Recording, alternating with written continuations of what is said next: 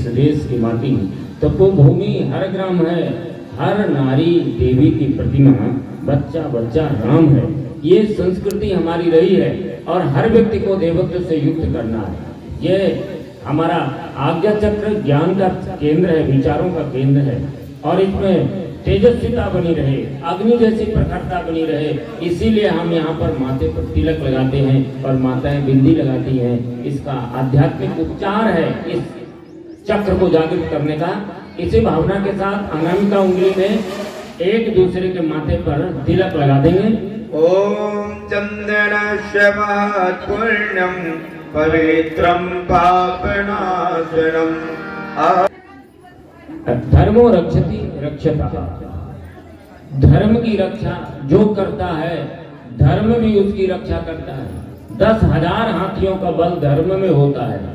आपने सुना है कथा, जब द्रौपदी का चीर हरण होने लगा तो द्रौपदी की शक्ति काम नहीं आई, पांडव इतने पराक्रमी उनकी शक्ति काम नहीं आई और राजतंत्र ने भी दंड नहीं दे सके, धृतराष्ट्र भी मौन हो गए और धर्माचार्य गण भी मौन हो गए। तो धर्म परायण जीवन जीने वाली उस द्रौपदी ने जब पुकारा तो भगवान गोविंद आकर के खड़े हो गए। नारी बीच सारी है कि सारी बीच नारी है, कि नारी ही की सारी है, कि सारी ही की नारी है। ये पता ही नहीं चला कि 10,000 हाथियों का बल रखने वाला ये दुशासन कैसे एक नारी से पराजित हो जाता है। ये धर्म की शक्ति थी। धर्म जहाँ ये तो धर्मा ततो जया, और जहाँ भी धर्म है वहाँ पर ओम चंदनस्य पापना। आज का धर्म युग धर्म। युग धर्म क्या है?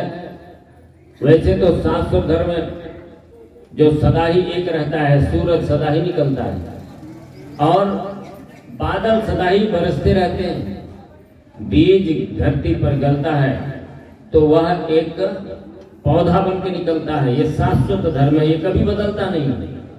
सूरज पूरब में ही निकलता है, पश्चिम में कभी नहीं निकलता। ये शाश्वत धर्म है, ये कभी नहीं बदलते। और कुछ आपद धर्म होते हैं, कोई पूजा कर रहा हो और कहीं पर आवाज आ रही हो रोने की। एक गुरु ने दो को शिक्षा दिया और दोनों को कहा जाओ तुम साधना करो, और दोनों शिष्य साधना करने के लिए नदी के किनारे पर बैठे हुए थे और उसी समय रोने की आवाज आई। एक शिष्य ने साधना छोड़ के देखा, एक बच्चा डूब रहा था पानी में, उसको निकाल के बाहर लाया और एक दूसरा शिष्य था वो साधना में बैठा रहा। उसने सोचा कि साधना बिगड़ न जाए, खंडित न हो जाए, उसने अपनी साधना को नहीं छोड़ा। और इसके बाद जब उसके गुरु आए तो उसको समझाया कि बेटा साधना तो अपने आत्मा के परिष्कार के लिए की जाती है और तुम्हारे आत्मा का ये परिष्कार नहीं हुआ कि कोई चीख सुनाई पड़ रही है, किसी के रोने की आवाज सुनाई पड़ रही है और तुम्हारे कानों तक वो नहीं पहुंची, तो तुम्हारी उपासना निरर्थक है। ऐसी हमारे अंदर की जो दिव्य भावनाएं हैं, संवेदनाएं हैं और ये जग जाए, इसी को धर्म कहते हैं। और ऐसा धर्मपरायण व्यक्ति होगा तो उसके पीछे भगवान जब याद करे, द्रौपदी ने जब याद किया भगवान खड़े मिले हैं। ऐसा धर्मवान व्यक्ति जब भी भगवान को याद करता है भगवान उसके साथ होते हैं। और तीसरी शर्त है कि हमको नियमित रूप से युग धर्म को भी पालन करना चाहिए। समय की वो आपद धर्म था, आपद धर्म था जिससे अपना काम छोड़ के आप जो संकट आ गया उसका निवारण करो। आग लग गई तो अपना सब काम बंद करके आदमी आग बुझाने के लिए दौड़ता है, ये आपद धर्म है। और युग धर्म क्या है? समय समय की परिस्थितियां होती हैं, जैसे बहुत सारे अवतार भगवान के हुए हैं, उस समय की परिस्थिति को बदलने के लिए हुए हैं। आज भी सारा संसार लाखों करोड़ों सगर पुत्र इस संसार की भौतिकता और बीमारियों, परेशानियों और पर्यावरण आदि से लेकर के तमाम प्रकार के ऐसे संकट हैं, तमाम ऐसी कुरीतियां हैं, तमाम ऐसे अंधविश्वास हैं।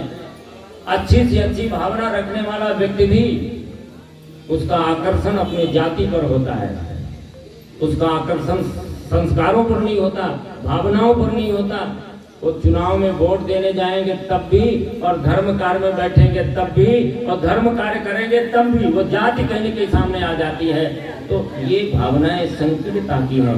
आज जरूरत है इन्हीं सब का निवारण करके सब में ऐसे विश्व बंधुत्व की भावना जगा देने की, मानवता के संस्कार को देने की, हर व्यक्ति को अपना एक परिवार दिखाई पड़ने लगे, क्योंकि ये सारी दुनिया अब एक हो गई है, एक दुनिया हो गई। आप भारत और अमेरिका को अलग अलग समझोगे तो भी आप यहाँ पर सुरक्षित जीवित नहीं रह सकते हो। एक मोहल्ले में रह करके आप एक को दूसरा, अपने को दूसरा समझोगे तो आप सुख और शांति से नहीं रह सकते हो। इसी सुख और शांति की स्थापना करने के लिए महाकाल का प्रज्ञा अवतार हो रहा है, ज्ञान का अवतार हो रहा है, और घर घर तक ये ज्ञान यज्ञ और ऐसे ऐसे यज्ञों का आयोजन किया जा रहा है।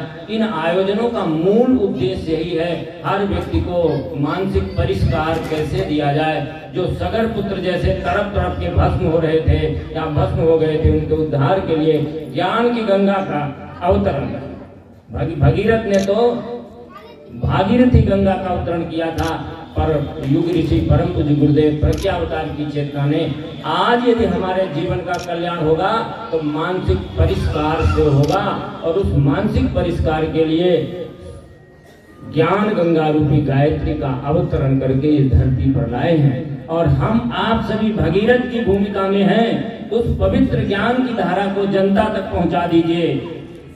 यदि भगीरथ प्रदूषित हो जाते तो फिर वो पतित पावनी गंगा गंगा सागर तक कैसे पहुंची, और जो उद्धार करने की कामना को लेकर के गंगा इस धरती पर आई थी वो कैसे कल्याण करती। यदि हमारे मन में भी ऐसी अपवित्रता के भाव आएंगे तो हम फिर गुरुदेव के उस ज्ञान की धारा को जन जन तक कैसे पहुंचाएंगे, जो उन्होंने कहा था 6 अरब जनमानस। अब 6 अरब जनमानस में न कोई हिंदू है, न मुसलमान है, न ब्राह्मण है, न क्षत्रिय है, न वैश्य है, न शूद्र है। 6 अरब जनसंख्या में सारी मानव जाति है, और सारी मानव जाति के कल्याण के लिए उभरा हुआ जो देवत्व का ये संगठन है, उसको उसी रूप में ले जा करके वहां तक पहुंचाइए जिस उद्देश्य से इसका अवतरण हुआ था। यदि ये युग धर्म का पालन करने में आप लगे होंगे तो जिस प्रकार की शक्तियां और सामर्थ्य रीछ बांधों को मिली थी, कभी आप दुनिया में इतिहास में या आज भी नहीं देख सकते कि कोई भी बंदर पुल बना देता हो। आज भी नहीं बना, यदि कभी पहले बनाए होते तो आज भी बनाते। वो भगवान की शक्ति और सामर्थ्य से पुल बनाया था। हम आप जैसे लोग युग नहीं बदल सकते हैं, युग बदलने वाली सत्ता तो वही है। हम उनके निमित्त साथी बनकर के खड़े रहें, आवाज लगाने वाले। वो जय श्री राम का नारा ही तो लगाते थे वो बंदर, शक्तियां तो भगवान की करती थी। और 5 दिन में 100 कोस का समुद्र बांध, 100 योजन का 400 कोस का समुद्र 5 दिन में बंध गया था। आज विज्ञान के पास कोई टेक्नोलॉजी उसको बांधे। ईश्वरीय चेतना उस काम के लिए आती है जिस काम को पूरा करना चाहती है, तो सारी शक्तियों के साथ आती है। हम उनके अनुचर बनकर के सौभाग्यशाली होकर के श्रद्धा के साथ जुड़े रहे। रीछ बानर जैसे गिलहरी के पास कुछ नहीं है तो कोई बात नहीं, भगवान को जरूरत किस बात की थी, उसके श्रद्धा की थी। हनुमान जी बड़े